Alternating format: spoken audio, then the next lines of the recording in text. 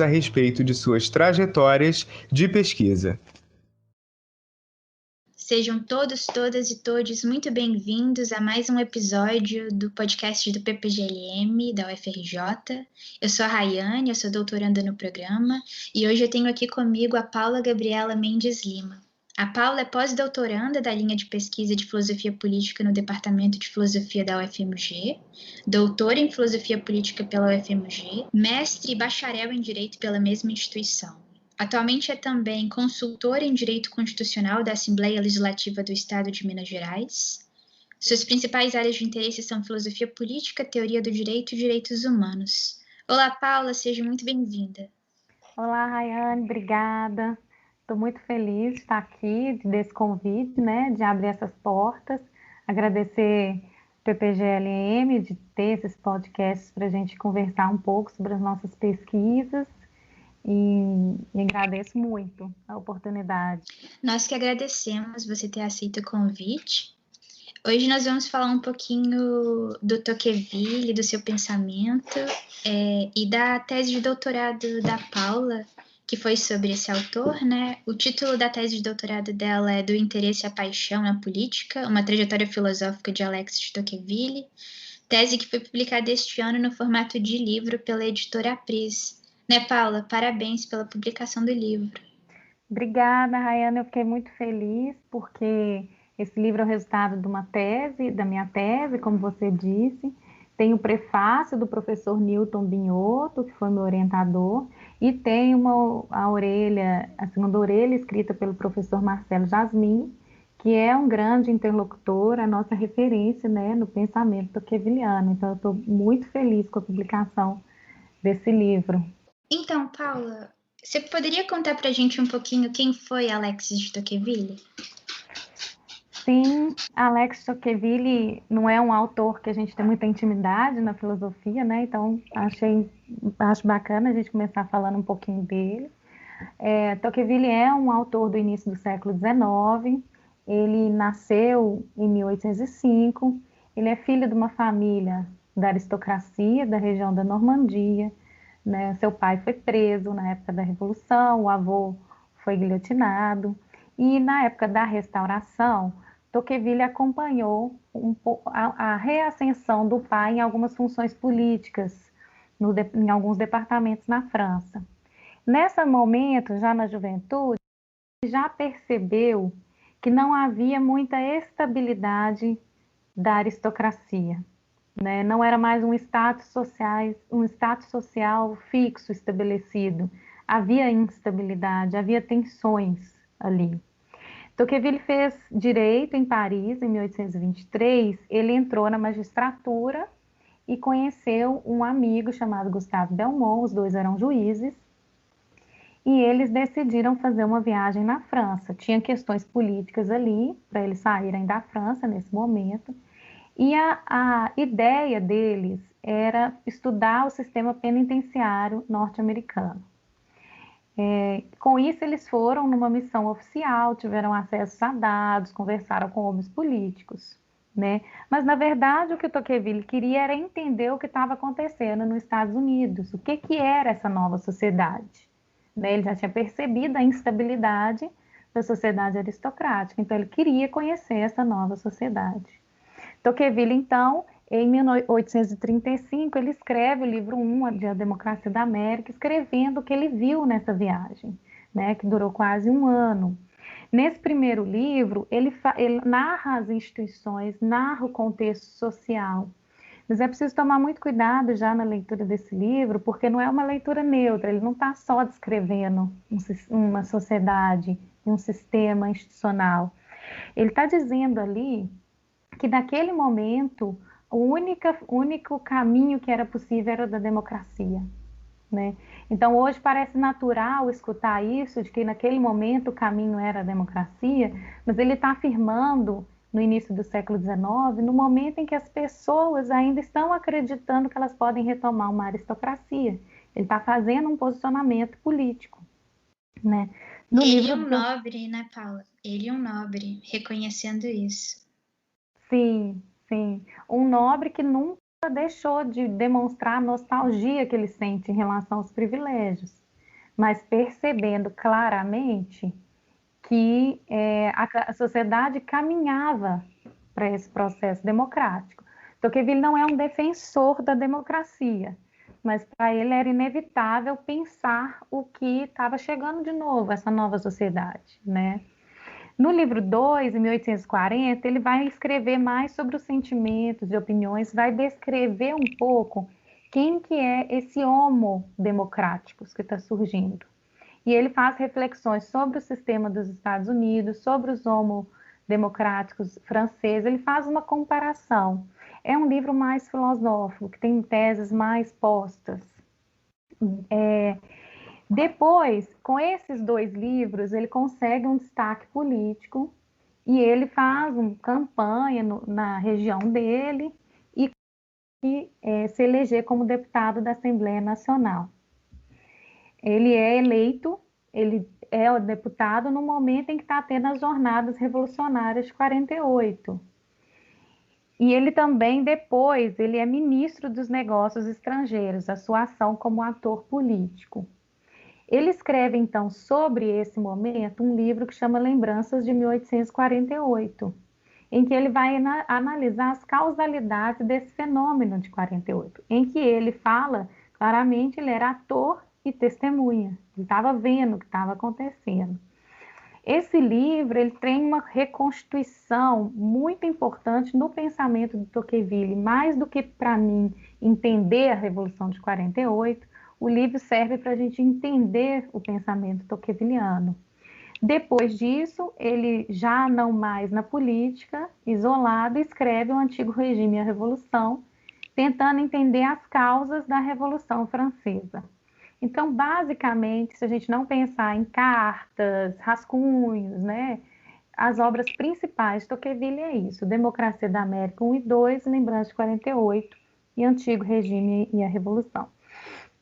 É importante entender essa biografia, né, para entender as tensões que ali existiam e as tensões que o Tocqueville trabalha. Tocqueville vem trabalhar com paradoxos, ambiguidades, tensões dessa sociedade, né? E esse contexto de tensão dessa biografia reflete nos textos dele.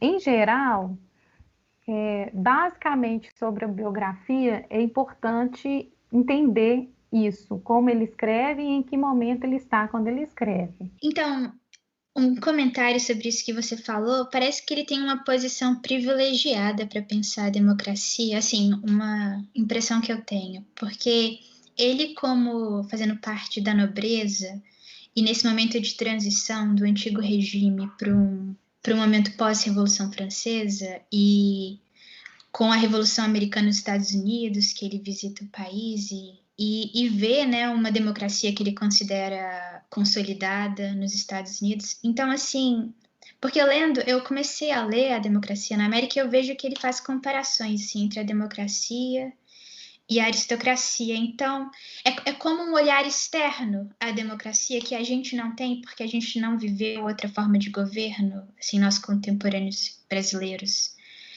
E aí eu tenho a impressão de que ele tem essa posição privilegiada para pensar a democracia, porque ele está nesse momento de transição e sabe aquele olhar assim de admirador que precisa, que estranha e aí precisa pensar o que é aquilo? Sim, na verdade o Tocqueville vive esse momento de transição, sim, mas quando eu leio o pensamento de Alex Tocqueville, Rayane, a sensação que me dá é que o Tocqueville está escrevendo não uma sociedade de transição, ele está escrevendo a experiência do nosso tempo, porque é muito atual as reflexões sobre o processo democrático que ele está colocando ali, né? Então, o Lefort fala, a gente tem que ler Tocqueville, a gente aproxima de Tocqueville para entender a democracia atual, que é uma democracia de massa.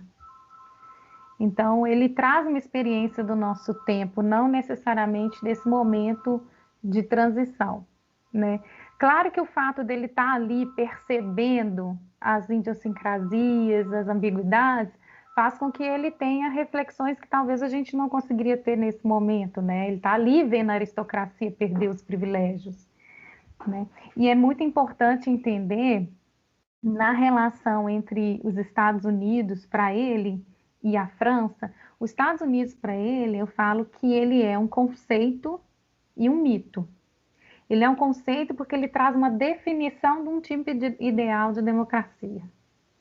E ele é um mito também porque ele traz quase uma narrativa originária de um país que não teve nenhuma revolução e já se constituiu como uma democracia. Então, Tocqueville, quando ele lê a experiência dos Estados Unidos, ele quer, na verdade, construir ele quer construir um tipo ideal, uma forma de sociedade, que é a democracia. E aí é muito interessante já adiantar uma coisa, porque para Tocqueville, democracia não é forma de governo e não é regime político. Democracia para Tocqueville é um tipo de sociedade, é um estado social, né? E é um estado social que se baseia na igualdade, o que é outra coisa muito interessante, porque democracia em geral é lida como participação, como voto, como liberdade política. Tocqueville vai falar, liberdade é tema da república. A democracia fala de igualdade. E aí você tem razão de falar que ele está num momento privilegiado, porque ele constrói isso a partir da observação da aristocracia. Para ele, democracia é o que não está na aristocracia, que é a igualdade, sendo que a aristocracia se baseia na desigualdade. Então, você tem razão nesse momento de transição. Para Tocqueville, a democracia, essa igualdade de condições, que é a base da democracia, é a possibilidade de mobilidade social, é a possibilidade de adquirir riquezas. O que um servo na aristocracia seria para sempre servo. Né? Então, a possibilidade de mobilidade social, de adquirir riquezas, de ter bem-estar, de ter conforto, é uma possibilidade para todos naquele momento. Ela estava se abrindo. Então, para ele, a democracia é essa sociedade nova que se estrutura numa abertura de possibilidades pela igualdade. Isso, eu acho essa distinção que você faz é importante. Não é uma igualdade de fato, é uma igualdade de possibilidade. Ele fala bem claramente, assim, é um devir que pode se tornar, né, um vir a ser. Porque vai ter ricos, vão ter ricos, pobres, patrão, empregado, mas essa relação vai mudar. Né? Por exemplo, na relação servo, senhor feudal, é uma relação estável que jamais pode mudar. Ele vai falar a relação patrão-empregado, primeiro que ela se baseia no contrato, não é numa obediência, e segundo que essa situação pode mudar porque esse empregado pode acumular riqueza e viver de outra forma. Né? Então, a mobilidade, a possibilidade de ter seus próprios empreendimentos, de ter sua riqueza, é nisso que dá a abertura de possibilidades da democracia. Passando para a próxima pergunta, Paula, você tem uma seção do livro que é Tocqueville, filósofo político. E mesmo no seu título, né, você diz trajetória filosófica. Então, assim, eu estou entendendo que talvez Tocqueville não seja considerado um filósofo, não que ele não seja considerado, mas então que não é um consenso que ele é, e aí por isso você está fazendo aqui uma defesa de uma leitura filosófica dele, é isso? Na verdade, Tocqueville em geral não inspira o pensamento filosófico, não vem com força na leitura, nos estudos de filosofia no Brasil.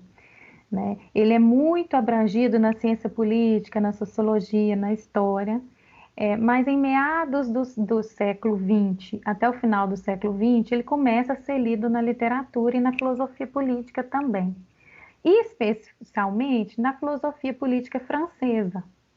Então, a gente tem uma recepção filosófica de Tocqueville, que é a que eu dialogo com ela, que está com Lefort, né, Jean-Louis Benoist, o Pierre Manin, e principalmente o Aron, Raymond Aron. O Tocqueville, ele foi praticamente esquecido assim, das interpretações filosóficas no início do século XX, E Aron, na década de 50, vai escrever um livro que chama Etapas do Pensamento Sociológico e vai falar, olha, Tocqueville está fazendo uma análise importante para ser lida. Ali é demarcado um retorno dos estudos do pensamento de Tocqueville. O Aron, num artigo que chama Tocqueville Retrouvé, ele vai falar assim, não, eu não sou um pioneiro, eu só coloquei no papel os debates que já estavam acontecendo, né? Nesse momento que o Aron traz Tocqueville para uma análise acadêmica, está acontecendo o que a Meloniot vai falar para a gente, que é uma guerra fria de ideias. Você tem um momento de debate de uma esquerda, do comunismo, do capitalismo, uma guerra fria de ideias. E o Tocqueville chega nesse momento com o Aron, que não é um autor muito afeto à esquerda, né? E vai trazer o Tocqueville como um autor importante. A Meloniot vai falar, então, Tocqueville surge no momento de ressaca do comunismo, né? Então, ele vem para não chocar com o capitalismo, seu discurso, mas ele também não choca com as revoltas do proletariado, né? Nesse momento, teve um afastamento de Tocqueville dos debates de esquerda. Ele não é visto, não é lido, e ele é bem rebatido nos debates de esquerda. Mas me parece que Tocqueville não é um autor que pode nem ser lido na chave marxista, nem num debate contra uma esquerda, um comunismo, né? Ele pensa perguntas e respostas muito diferentes. Ele tem uma base de pensamento muito diferente, não tem um diálogo tão claro. E outra coisa, Tocqueville não se encaixa numa caixinha. Ele não é republicano, ele não é liberal, ele não é de esquerda, ele é um autor que ele vai andar nesse processo, assim, ele vai dialogar com diversas tradições, né? Tocqueville, ele é essencialmente o que a gente chama de pensador da democracia moderna, né? Então, se você quer encaixar ele, né, em algum lugar, é um pensador da democracia moderna, que a partir dos Estados Unidos vê uma possibilidade de criar um tipo ideal de democracia que se baseia na igualdade, mas que, para Tocqueville, essa democracia só se completa e se harmoniza com a república. Ele vai construir essa hipótese de que essa democracia só se completa com a república, com a liberdade política, né? Tocqueville, então, o Pierre Manant tem um texto que chama Alex Tocqueville e faz a defesa dele como filósofo político. Então, eu trouxe esse capítulo até em diálogo com Manant, né? Alex Tocqueville, ele pensa na política, mas ele não pensa como o governo opera, mas ele pensa o que é essa sociedade, o que é o governo. Alex Tocqueville, ele ressignifica temas clássicos da filosofia como liberdade, virtude, igualdade. Ele vem fazer uma releitura disso. Ele vai construir novas causalidades do fenômeno político. Ele está buscando essas causalidades, essas causas dos fenômenos políticos da modernidade, do século XIX. Então, ele tem uma linguagem muito próxima da filosofia. Então, quando eu escrevi Alex Tocqueville e a filosofia política, é que eu queria demarcar essa questão de trazer Tocqueville para a recepção filosófica e dizer, é isso que eu estou fazendo, né?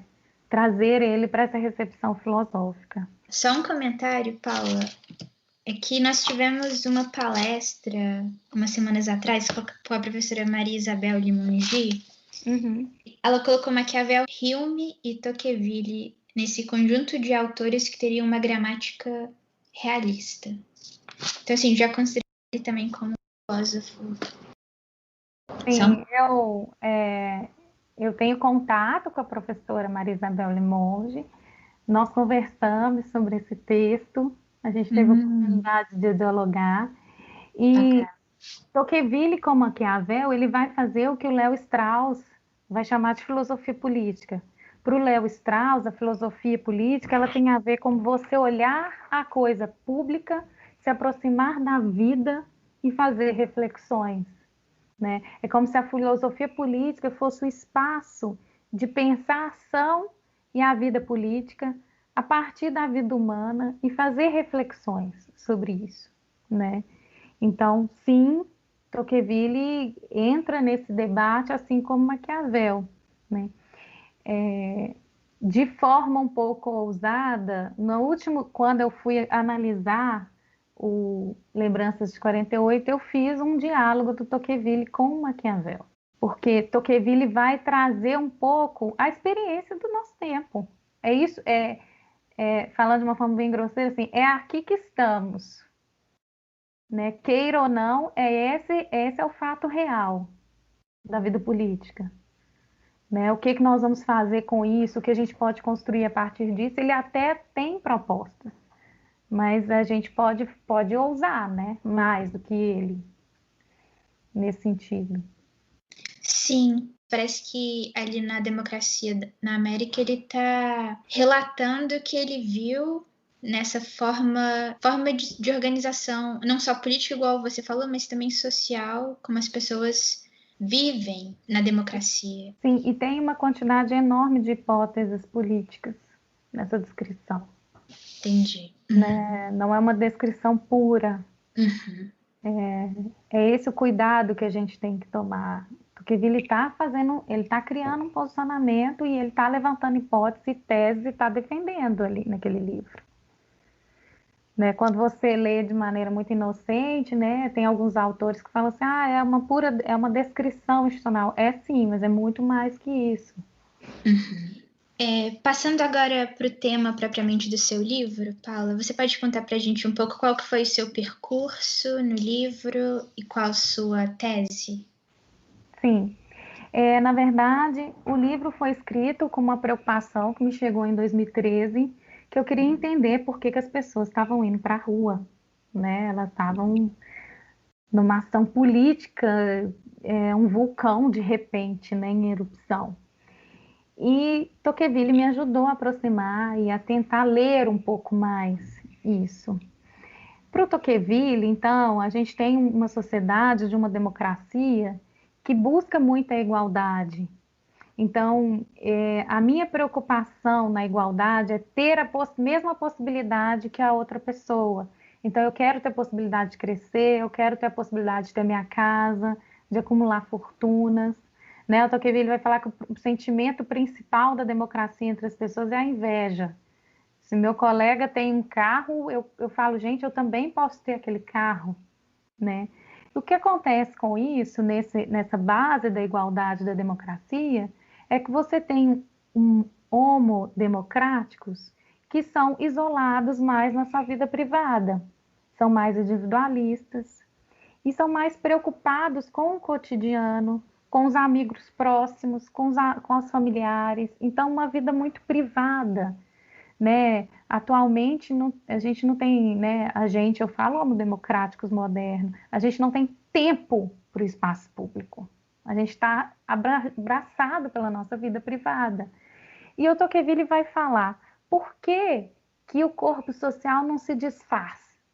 Se está todo mundo isolado na sua vida privada, esvaziando o espaço público, individualista e procurando só bem-estar, conforto e suas questões pessoais. Aí, num rascunho de uma obra, o Tocqueville vai falar: a gente pode tentar ler isso observando os Estados Unidos. Nos Estados Unidos, a gente tem um corpo social que não se decompõe por causa do interesse. Então, essa frase me chamou muita atenção do que ele queria falar com isso, né?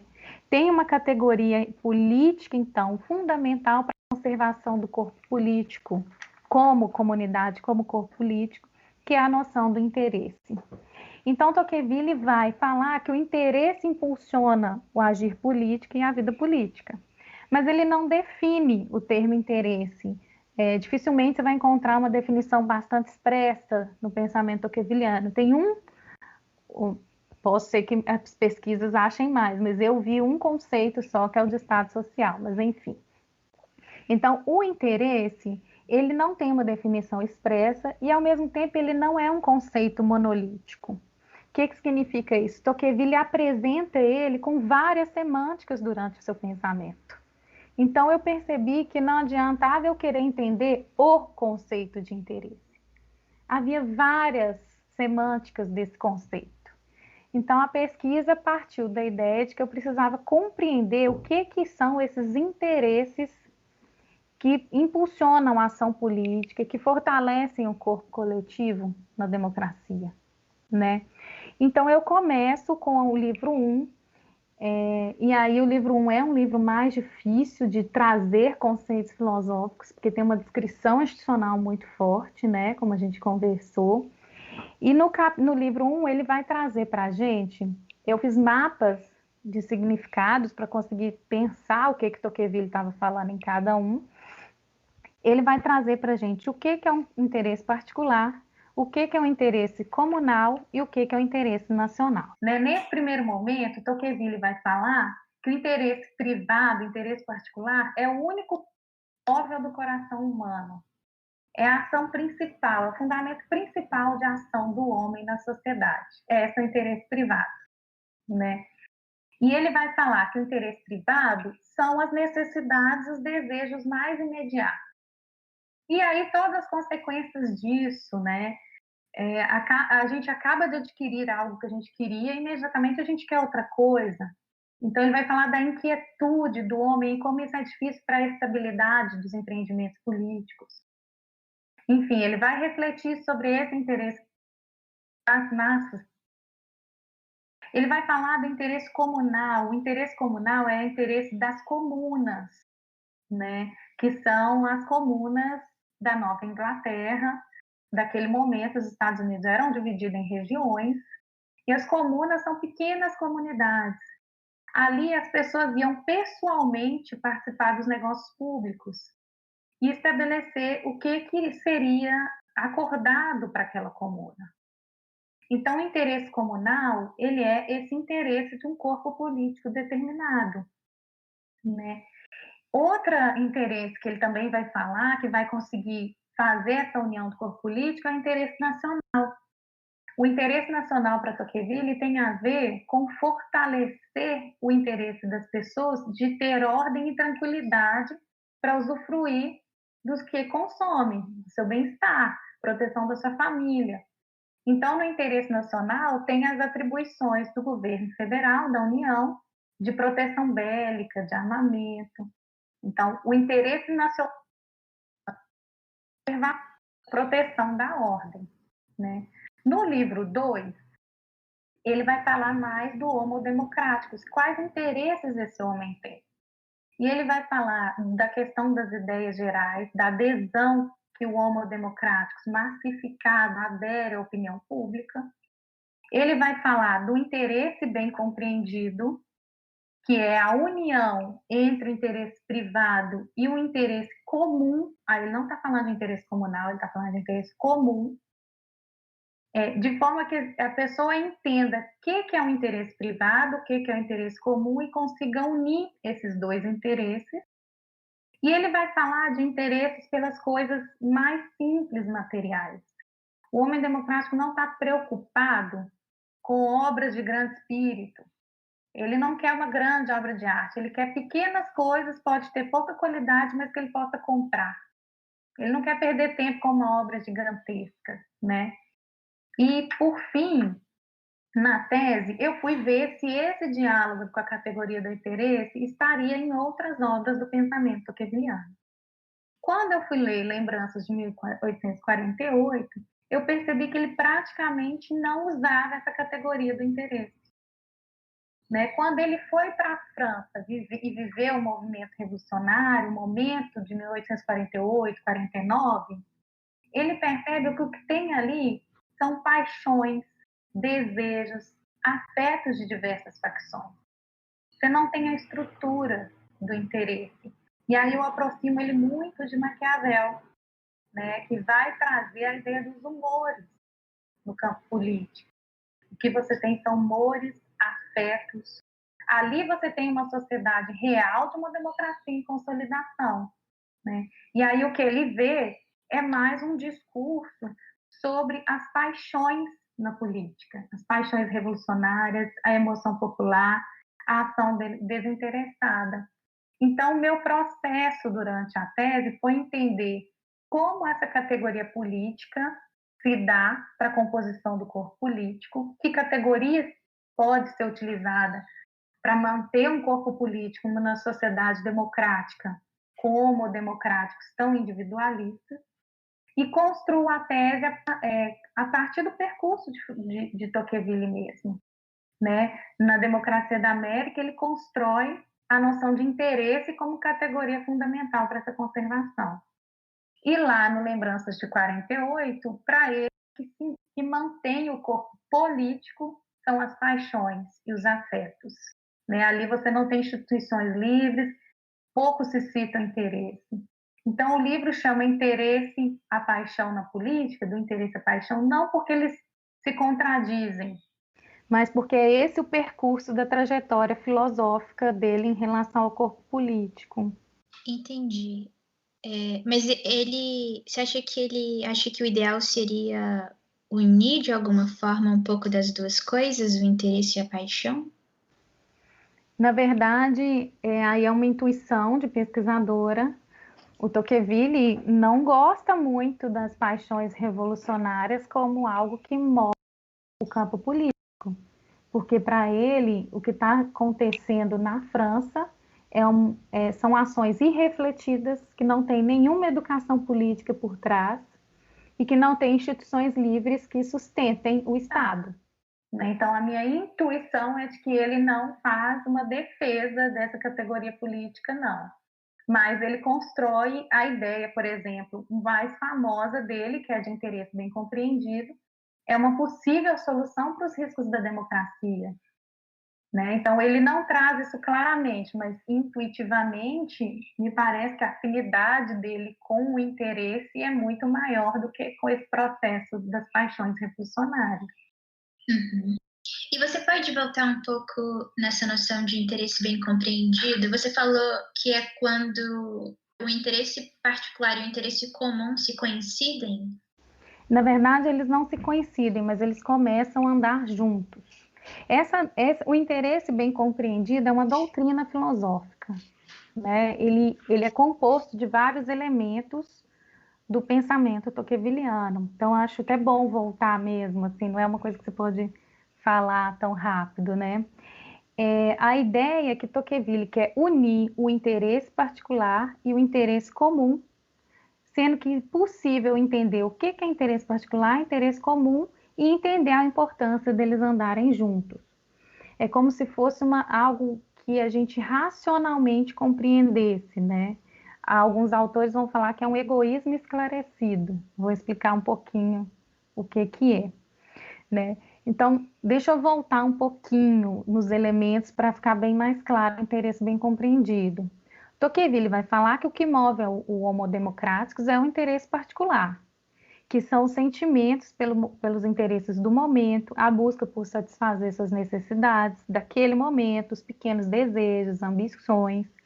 A novidade de Tocqueville é nomear esse sentimento como individualismo. Ali no século XIX ele está falando essa palavra. O que a gente tem é um individualismo. O individualismo no campo político é a tendência de viver só para si, conforme suas razões, suas próprias ideias, sentimentos. E é uma tendência de um Estado social que se funda na igualdade, tá? Nesse processo. E isso seria uma característica da democracia, o homem agir em vista do seu interesse. Da democracia moderna. Da democracia moderna, isso. Sim, para ele está descrevendo uma sociedade moderna, a sociedade política do nosso tempo.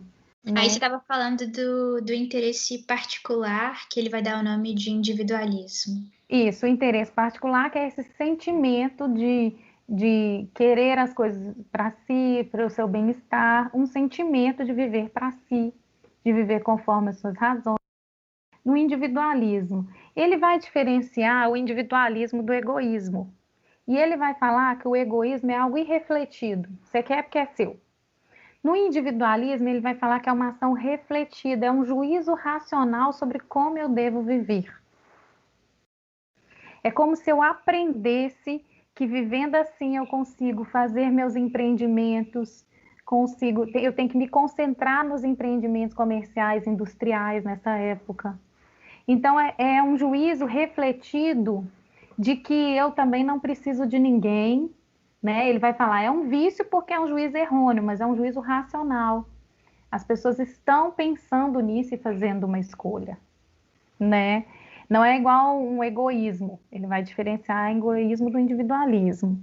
O que acontece é que esse individualismo repercute no isolamento das pessoas na sua vida privada e esvazia as virtudes públicas, esvazia o espaço público, né?